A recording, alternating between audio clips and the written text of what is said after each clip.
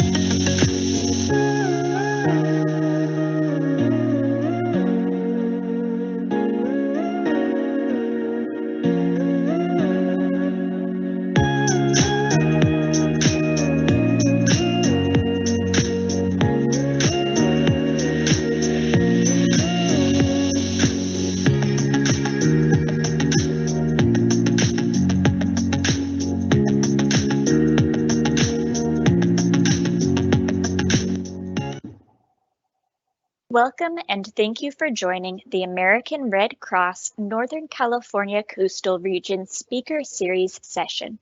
My name is Veronica Oberholzer and I'm honored to be today's moderator.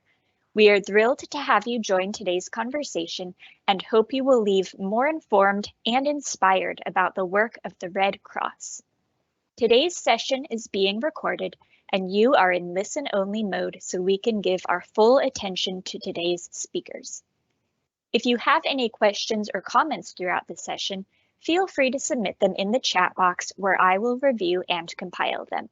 Our speakers will try to get to as many of them as possible during our question and answer session towards the end of the program.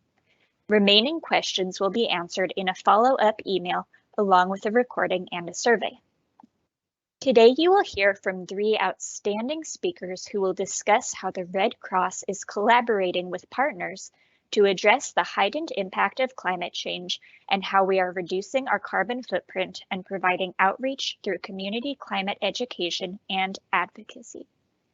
With that, I'm honored to introduce our first speaker, Ken Toren. Ken has been the Chief Executive Officer of the Silicon Valley chapter of the American Red Cross since 2017. Serving more than 1.9 million people in Santa Clara County, he works with over 30 community leaders who serve on the board of directors and oversees more than 2,000 local volunteers who support all Red Cross lines of service. We are grateful to have Ken as one of our fearless leaders carrying out the humanitarian mission of the Red Cross. Thank you and welcome, Ken. Thank you, Veronica. It's a pleasure to be here today and welcome all of you. You'll be hearing from subject matter experts on the work of our climate change initiative here at Red Cross in a moment, but first I wanted to set the stage for what has become a top priority for the Red Cross and what we're doing here locally. The concept of addressing climate change has always been a part of our mission, but we are taking a much more focused approach on integrating into the daily line of work. There's no question that we all agree that the impact disasters have had on our communities that's been too prevalent here in Northern California these last 4 years. And just thinking about California right now, and the August complex fires comes to mind, which are the largest in the state's history, burning over 1 million acres. The Dixie Fire, the Mendocino Complex Fire, the SCU Lightning Fire, the Camp Fire, and the Tubbs Fire. We most recently responded to and are supporting those affected by the wildfire in Big Sur. And that was just for January of this year, very unusual. We're all too familiar with the devastation that occurs here in Northern California and across multiple states. and that we have seen millions of acres burn, thousands of people forced to evacuate, and the creation of hazardous air quality conditions across the country due to wildfires. So why exactly has climate change become such a top priority for Red Cross? Human-induced climate change is already affecting weather and causing extremes in every region around the globe. As simple as it is, disasters are becoming more and more frequent and severe. The data tells the story, and it's not getting any better. This graph by the National Centers for Environmental Information shows the cumulative number of billion-dollar disasters for each year since 1980. Each gray line toward the bottom of the graph represents 1 year since 1980. The colored lines at the top show 6 years since 1980 with the largest number of billion-dollar disasters. 5 of them occurred during the last 6 years. To give you a sense of the scope, back in the 80s, we were averaging 3 climate disasters whose overall damages and costs each exceeded $1 billion. In the 90s, it averages 5 disasters a year, costing $29 billion, and continued to grow. From 2019 to 2021, in a 2-year period, there were 56 events that cost close to $300 billion.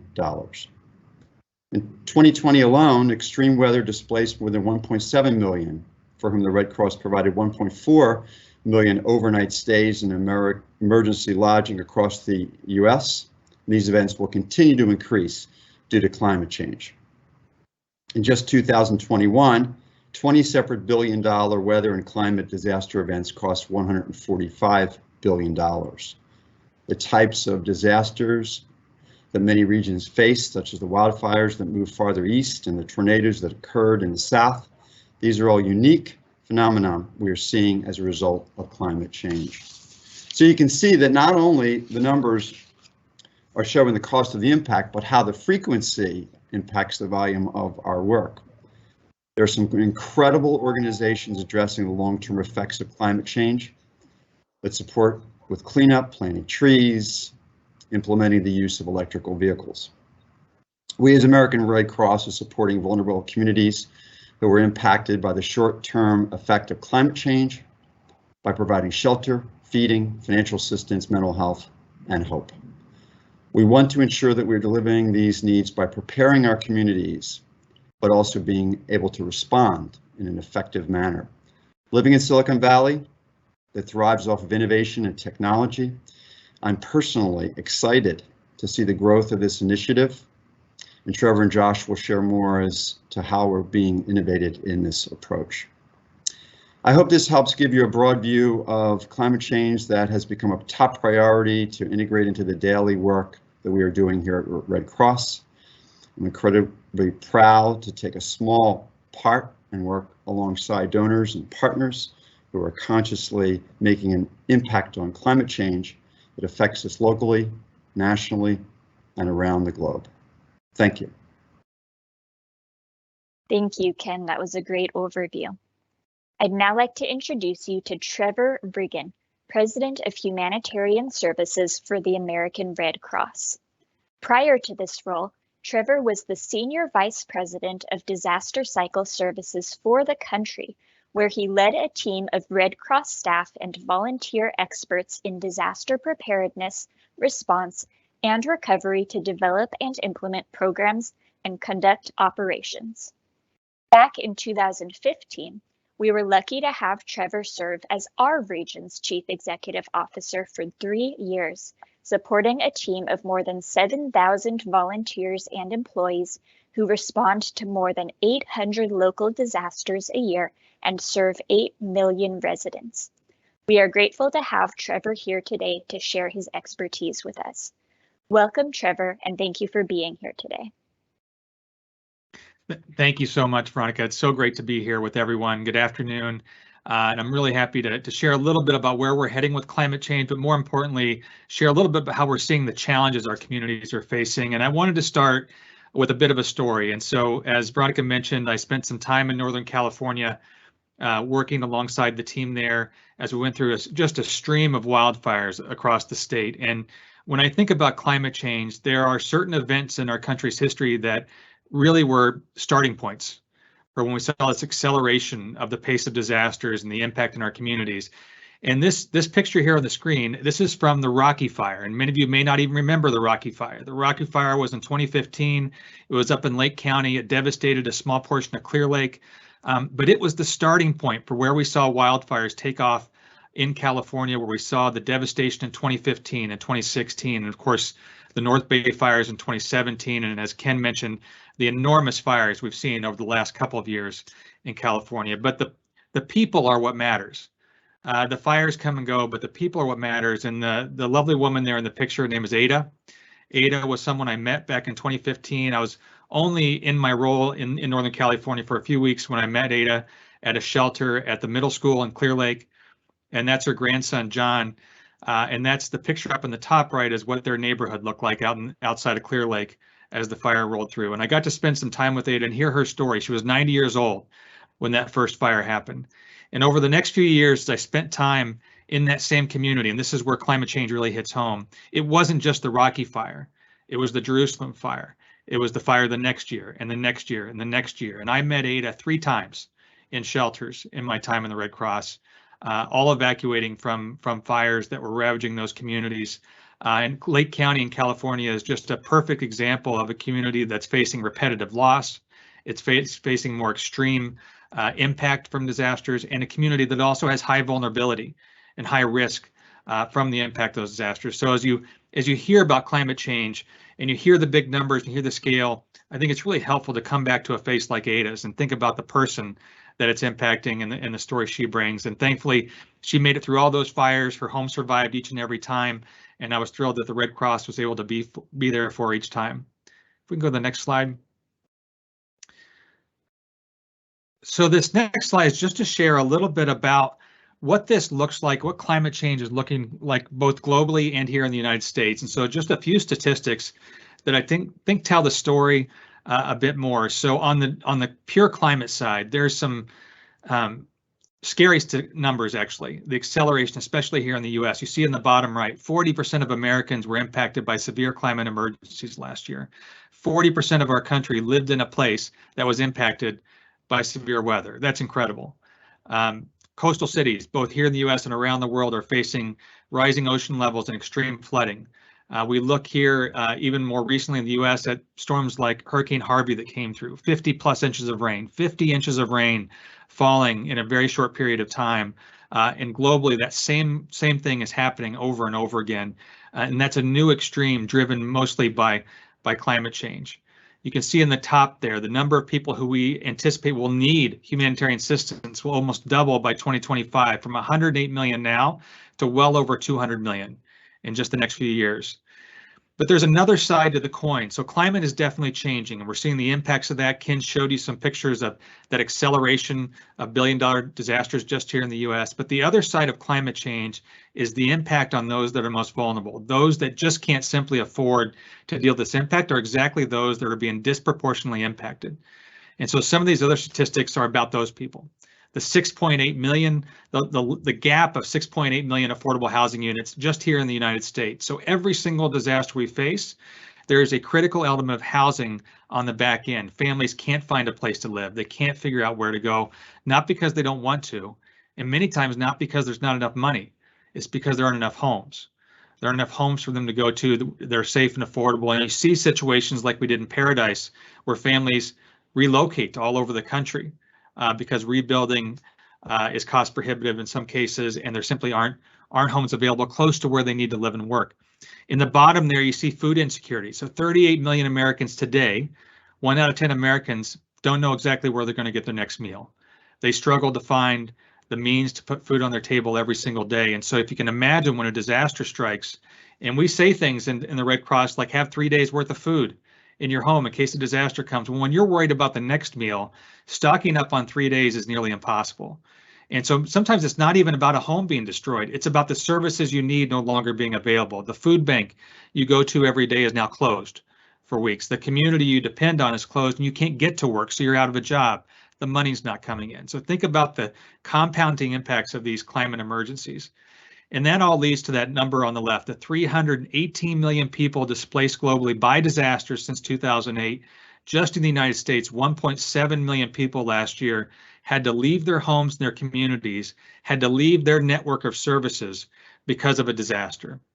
And think about the trigger that causes them and the extreme risk that puts them in for poverty and other conditions. So this is, to me, the real story of climate change is not just the weather, it's the vulnerability.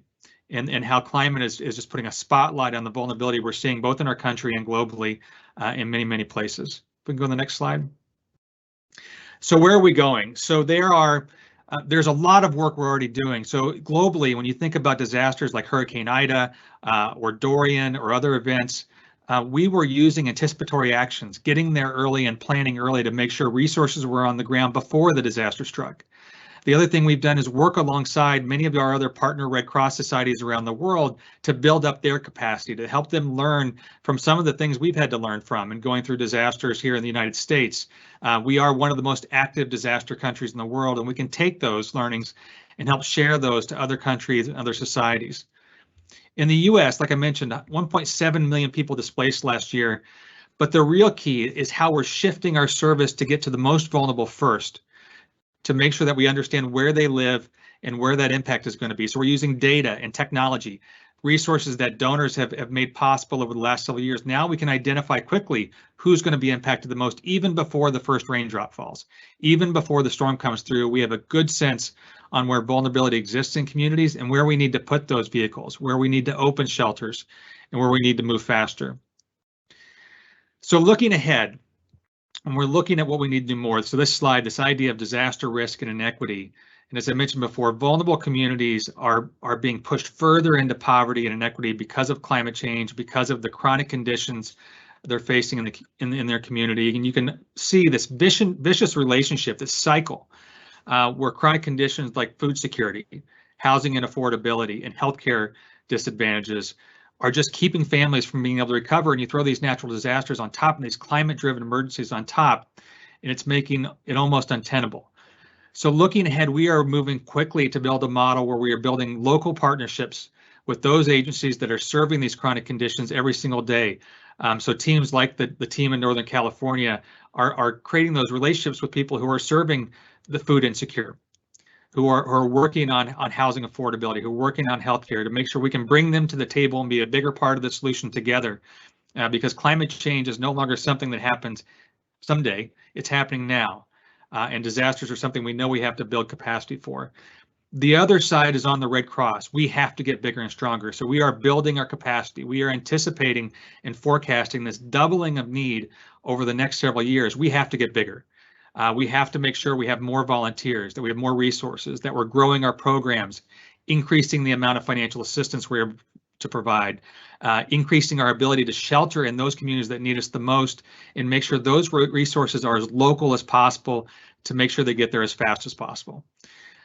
So with that, I'll wrap up just by saying thank you for all the support you do, whether you're a Red Crosser or a donor or a new volunteer or someone just interested in the climate space.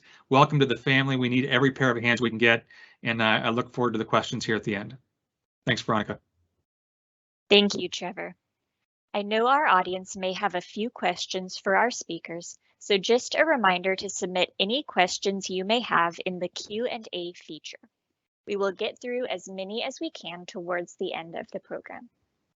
Now I would like to introduce you to our next speaker, Josh Lockwood. Josh joined the Red Cross in May 2012 as the Chief Executive Officer for the Greater New York region and supported numerous high-profile disasters, including Superstorm Sandy, the East Harlem building explosion, and the Chelsea bombing. Currently, he serves as the new Vice President for Climate Change and Sustainability, with a focus on raising funds, building awareness, and attracting resources to support critical new climate-related investments at the Red Cross. Josh, thank you for joining us today and giving us a look into the great work the Red Cross is doing around climate change. Thank you so much. I think first step is I probably need to work on a more professional headshot there, but Thank you, everyone, for being part of this conversation today. I hope you're as inspired as I am by what we've heard from Ken and Trevor thus far. And I am leading the fundraising efforts regarding our ambitious new climate initiative.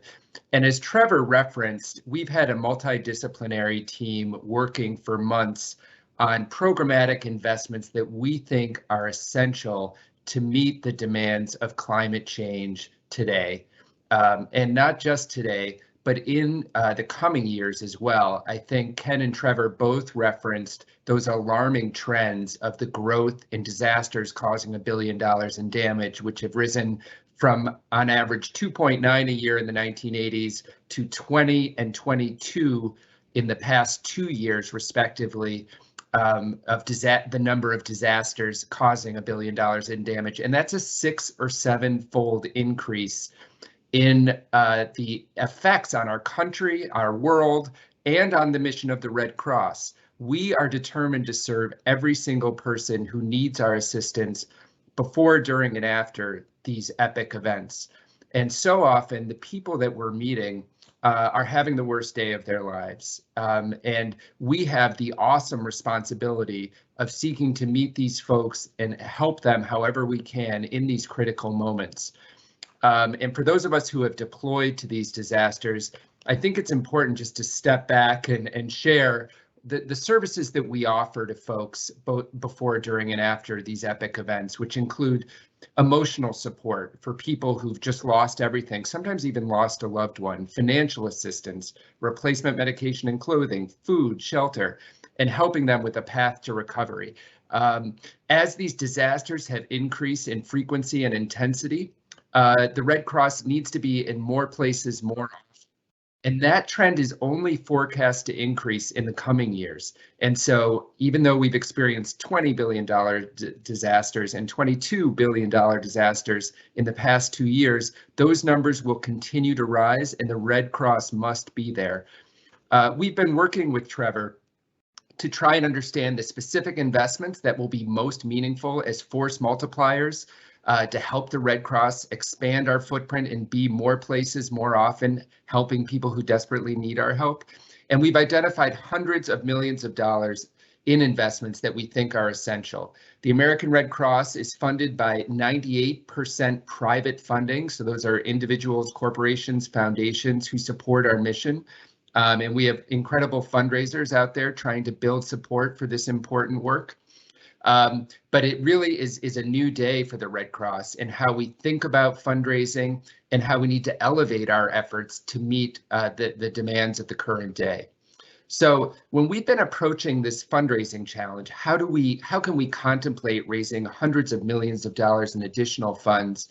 We've reflected a bit on where we're really strong as a mission, and where the Red Cross is strong is we act with urgency and discipline, and that extends to our fundraisers. So our fundraisers are best in class, and our board members are best in class about hitting our annual goals we set for ourselves to be able to respond to 60,000 disasters a year across the United States, and that includes home fires and epic disasters.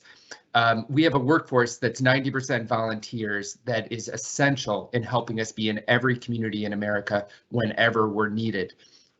But we feel like the investments we've made over the past generation, these force multiplying investments in technology and workforce development and supply chain and warehousing, that we're at a tipping point where we can no longer rely on those investments to reach the additional disasters which are sure to come this next year, the year after that, and over the coming decade. By the year 2030, it's anticipated we'll be responding to $1 billion disaster every 12 days on average. And so we've looked at where we're strong and where we have room for improvement. And an area where we have room for improvement is in the area of transformational giving. The American Red Cross is among the most trusted brands in the United States. We have incredible support every year from reliable annual supporters. But we have not necessarily been successful in securing 7, 8, and even 9-figure gifts to support our mission. And that's in part because we haven't really focused on those areas as a fundraising effort. So part of what we're doing now is contemplating a campaign-style multi-year fundraising effort where we can underwrite the costs of these hundreds of millions of dollars in investments that we believe are essential by engaging thought leaders, prominent philanthropists, corporations, in making these larger investments, many times over a multi-year period, to ensure that all the people that need the help of the Red Cross can get that help in the coming years.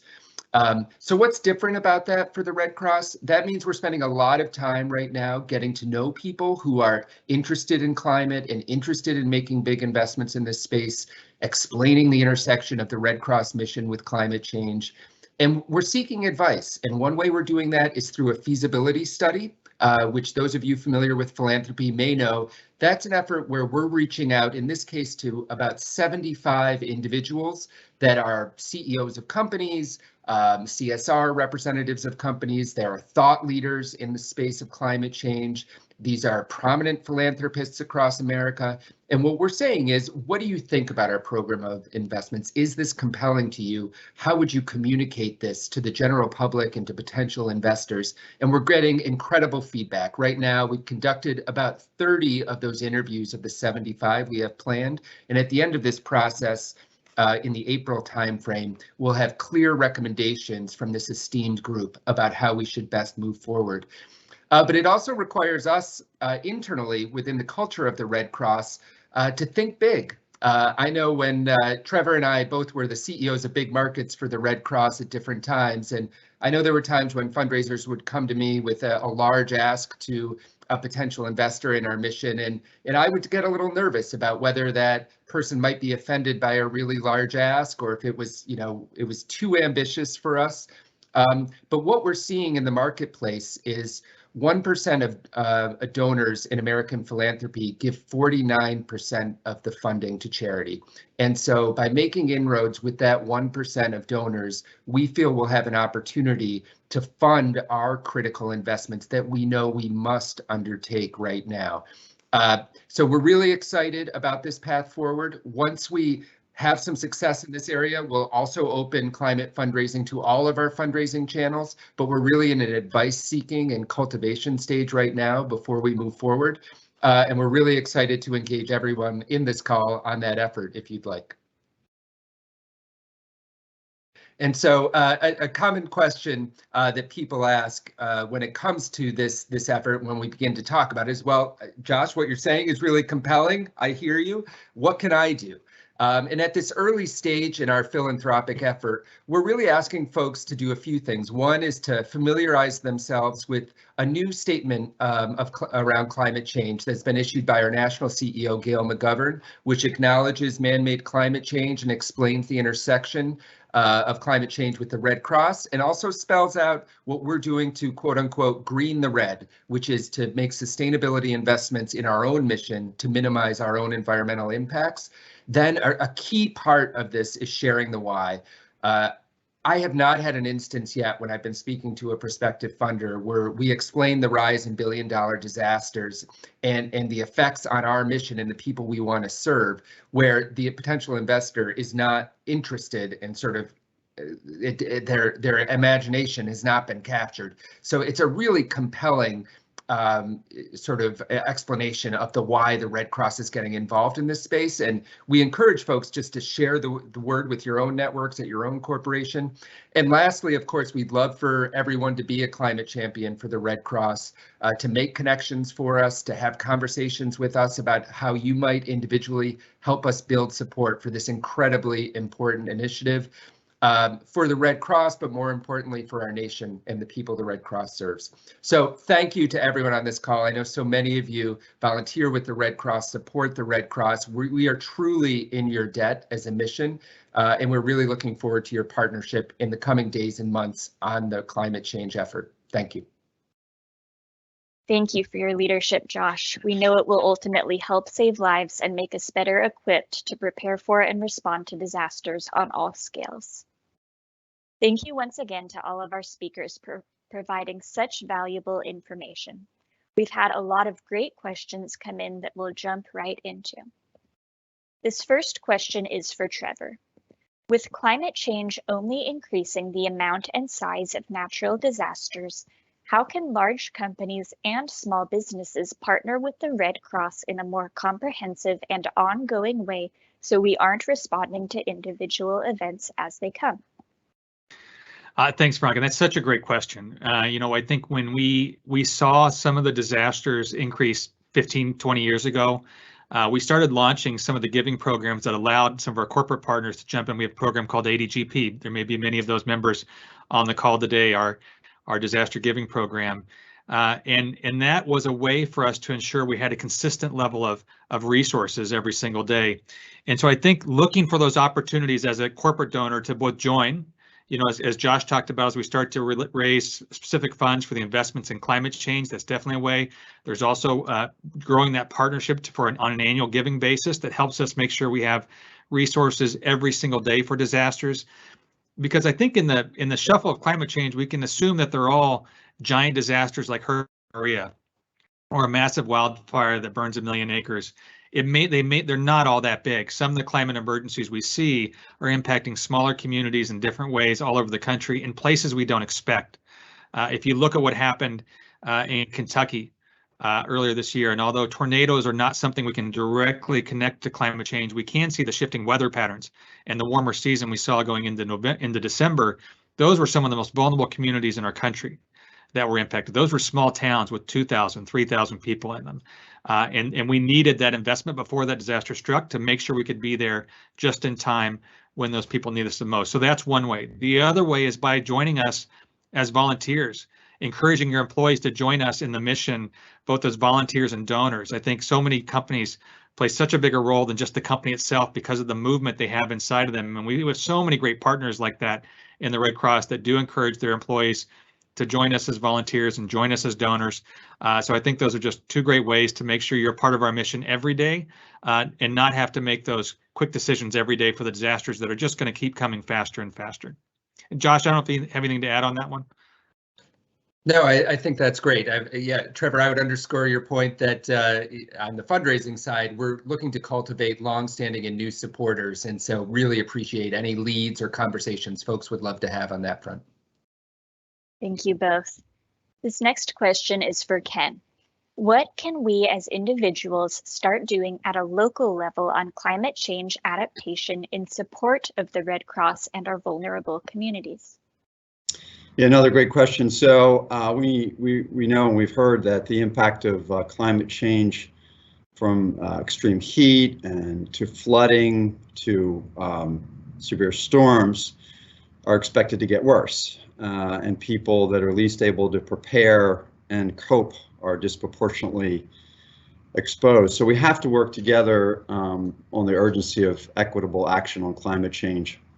And everybody on this call can help Red Cross with an infrastructure that can support communities with that are living with extreme risks through training and education, by engaging residents on a household by household basis. We can all influence progressive elected officials to take action on climate change, take a stand, and your individual roles as citizens with local government is very, very powerful, and collectively on behalf of Red Cross is equally powerful. I like to bring everything down to like the local level, grassroots level. For people to take action, show up, get involved, bring people together, to share stories of why you care about climate change personally, how it's affecting all of us, what we can do together to advance solutions, then focus on a few actionable projects starting in vulnerable communities, kind of one at a time. You can start a green group at your faith-based organization or school. You can help plan a community event, but either way, helping to identify and prioritize communities with greatest needs and place value of equality and equity front and center of climate change and climate action is very, very important. Thank you, Ken. This next question is for Josh. This person writes, I think it's great that the Red Cross is taking actionable measures to combat climate change. Since climate change and global warming misinformation run rampant, much of which unfortunately minimizes the threat of climate change and prevents effective policies from being implemented, what is the Red Cross doing to address and prevent the spread of this misinformation?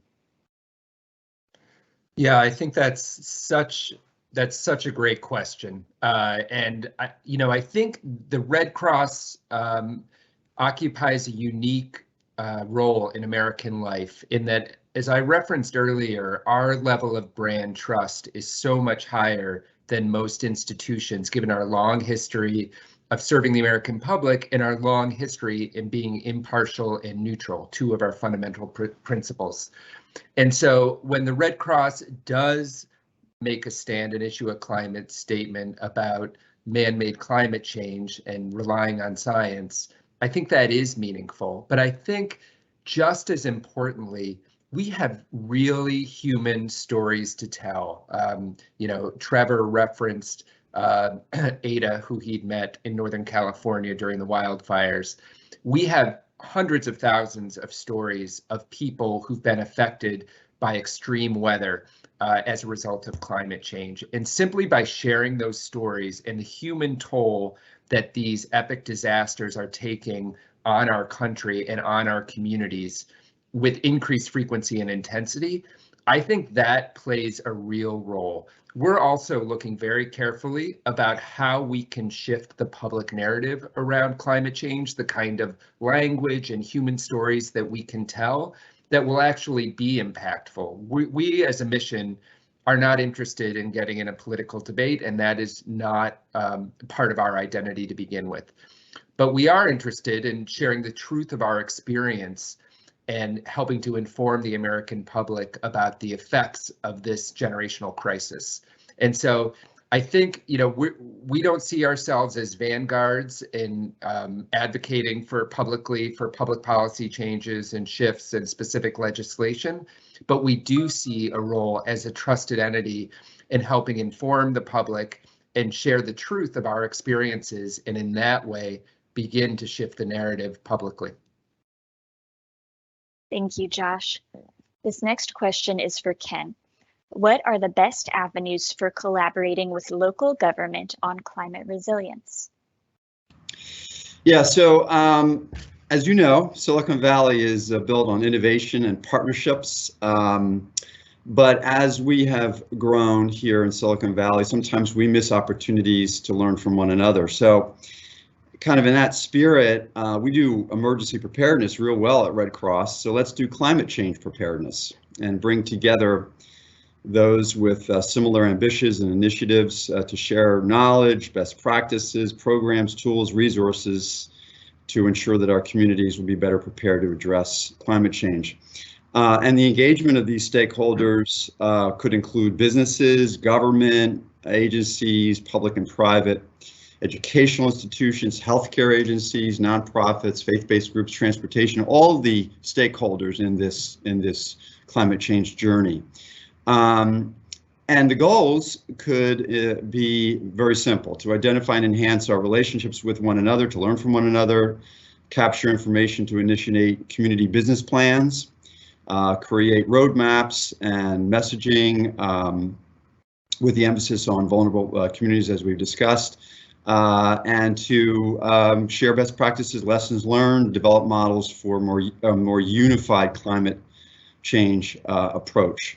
And I want to underscore, many of the people on this call today are terrific supporters of ours in so many ways, and underscore this public-private partnership that can serve as a foundation for climate change management, starting from the hyper-local level, neighborhood by neighborhood. Then we can pilot test a few things to see how things play out, and then scale it accordingly in the spirit of Silicon Valley. I also think that it's wise to invest in existing and emergency tech. I think Trevor and Josh both alluded to that, and that's terrific to hear. Innovation, next-gen ideas that can address climate change, climate challenges more productively, more easily, and much faster. And think that the bottom line about climate change is not that it's separate, that it's part of the fabric of everything we do and who we are every single day. Thank you, Ken. This next question is for Trevor. What are the top 3 programmatic outcomes that will result from the climate change initiative? That's a great question, Veronica. So there's I'll split it in 2 parts, but I think there's probably more than 3, but I'll split it in 2 parts. One is, and it goes to a question somebody else asked and around, how are we addressing the causes of climate change, right? How are we trying to change the outcome? I think there's a foreseeable future where most of the science points to, no matter what we do, we're going to have an acceleration of disasters in impact and intensity. And so we have to be ready for that. But there is something we can do as the Red Cross to do our part. And we've launched a greening initiative. We've done an enormous assessment of our own footprint, both in our everyday work, right? The buildings we use, the vehicles, everything we do. We've launched a footprint exercise to better understand that impact, but also what we do in disasters. We are the leaders in disaster response in the country. So people look to us as a model. When we stop using single-use plastics, others will as well. And so we've already taken some immediate steps. So just this past year, we rolled out clamshells, which are the styrofoam things you put food in when you're on disaster. We've moved to a sustainable material for that. Small thing, but can have a big impact over time. We started to reduce our use of single-use plastics, which, as you can imagine, bottles of water, those add up to huge numbers. And then on the more systemic side, just the other day, we worked through a process in one of our states where we were using a less than green energy source, traditional power grid. We had an opportunity to spend a little bit more money to use a green power source that reduced our overall footprint in the country by 1%. So sometimes spending more will make a huge impact on what we're bringing to the table to help reduce the causes of climate change. And so look for more of that. Look for more of the greening efforts. That's going to be an exciting part of our outcomes.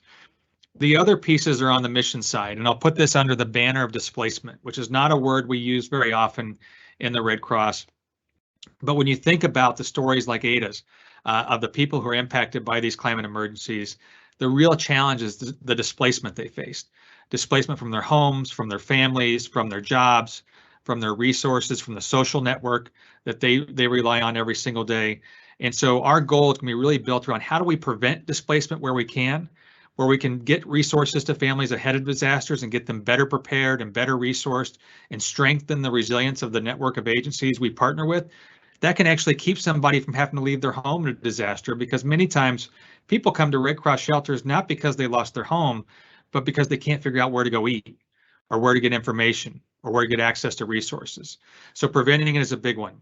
And then reducing the length of time people are displaced are another big part of it. Once they are displaced, we have seen a move from people being in shelters for days and weeks to now months. We've had people in shelters for as long as 3 or 4 months recently because of the challenges they face in finding appropriate housing. So how do we reduce that? How do we help them transition to a better step faster? And then while they're there, how do we improve the conditions in our shelters? So you can imagine the investments we need to make to improve conditions for families who are currently displaced. And the last one, and this is the most transformational, for those that face long-term displacement, who face that challenge of having to find housing and sustain that over a long period of time, how do we help them avoid falling into the depths of poverty? How do we help them avoid falling into a vicious cycle of poverty and inequity over the next 3 disasters that they can potentially never climb out of? And that takes some long-term care and work. And so we're now building those programs and resources to make those investments. But I'm excited. But you'll see that word more and more, the term displacement, and how we want to prevent it, reduce it, and help people who are going through it in a much bigger way. Thank you, Trevor. Josh, did you have anything to add about that? Yeah, I think Trevor articulated that incredibly well. I think this whole effort is requiring, some transformational thinking and some really innovative thinking. And I know there's a lot of folks and organizations on this call who, have been involved in really innovative technologies and innovative efforts within your own organizations. And I would just say that we welcome, those conversations to further sharpen our thinking to make sure we're being as efficient and strategic with all the investments that we're making, as even though we need to move urgently, given these disasters, these increased disasters are imminent. Thank you, Josh. This next question is also for Trevor. What specifically will the Red Cross be investing in with this climate change initiative? So it's a really great question. There are so many things. And so I'll start at the foundational level. There are technologies and resources that we need to continue to innovate on. You know, we have invested in a huge way over the last decade in technology and tools to better understand the communities we serve and make better decisions. And the donors on the phone have been such an integral part of that to make sure we can launch systems like RC View. We launched a new casework system called RC Care this past year. Each of those will need additional enhancements and additional tools as we grow the mission and do this for more and more people at the same time. So there's an investment in tools and technology. There's an investment in pure capacity. And so when we look at simply the pace we're facing, and I'll use Northern California as an example. Before I came to California in 2015, the state of California hadn't had a major disaster requiring a federal declaration in almost 10 years. Imagine that, almost a decade of not having a major disaster declared by FEMA in the state of California.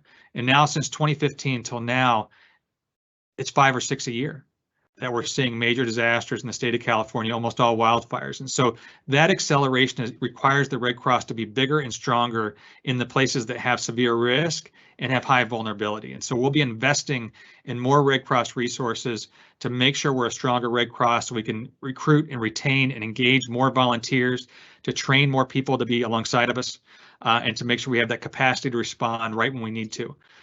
The third part is our community. So when I talked about the two sides to climate change, the weather, right, the increasing impact of the climate and the severity of disasters, the other side is the vulnerability our communities are facing. And that's increasing at a similar rate, not all caused by climate change, but caused by all sorts of other issues we're facing in our country and around the world. We need to come alongside so many of those partners who are helping our communities deal with those chronic conditions every day and help them get stronger.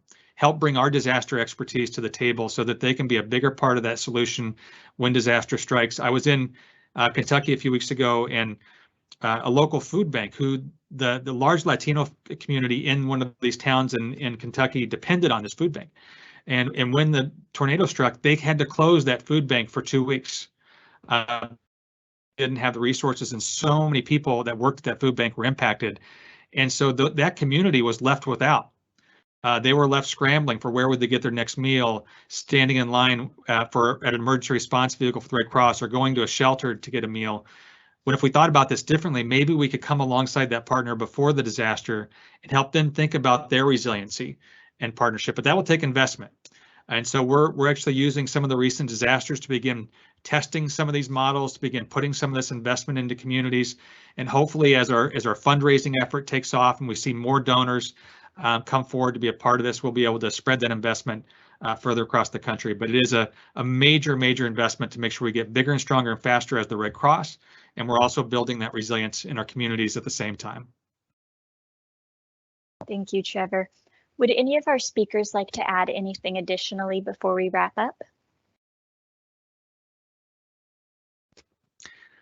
Rock, I'll just say thank you. I think this community in Northern California, I know my time there, this conversation around climate change was something we talked about all the time. From the moment I came to California, this was a conversation with board members and donors and volunteers and community leaders. This isn't something we didn't see coming, right? Some of this is not surprising that we're seeing. It's happening faster than some of the science projected, but it's something this community of Northern California has been dealing with for almost a decade now and wrestling with. And so much of the learning we're stealing from things the teams in California have already done. Some of the resilience efforts and programs, some of the learnings from the large disasters. So the investment that the donors on the call have already made, they've paid off. But we need you to do more to make sure we can meet the challenges ahead of us. But just a sincere thank you to everybody on the call for joining us today. Thank you, Trevor. And thank you all for the wonderful questions today. I'd now like to have Ken wrap up today's session with a few closing remarks. Ken, I'll turn it over to you. Well, thank you once again to all of you today for spending the day with us, and to our speakers, Trevor and Josh, for such valuable, inspirational words and stories.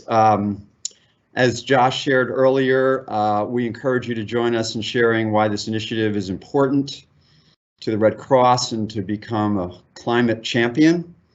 We can all play a small part into making a big change one day and one person at a time. If you have additional questions or would like to learn how to become a partner as we weather climate change, email us at nccrdevelopment@redcross.org so we can connect you to the right folks to help with the next steps. We're planning to host our next speaker series session in the spring with a focus on our Red Cross Work Home Fire campaign and Sound the Alarm program. So keep an eye out for that invite. Once again, thank you so much for everything you do, for fulfilling our mission, for your financial support, for your volunteer support, and for making everything we do at Red Cross possible. Thank you, Ken. A follow-up email with a recording for this session, along with a quick survey to gather your input, will be sent in the next few days. Thank you once again to our amazing speakers for a wonderful discussion, and to everyone who joined us today. This now concludes today's session. Enjoy the rest of your day.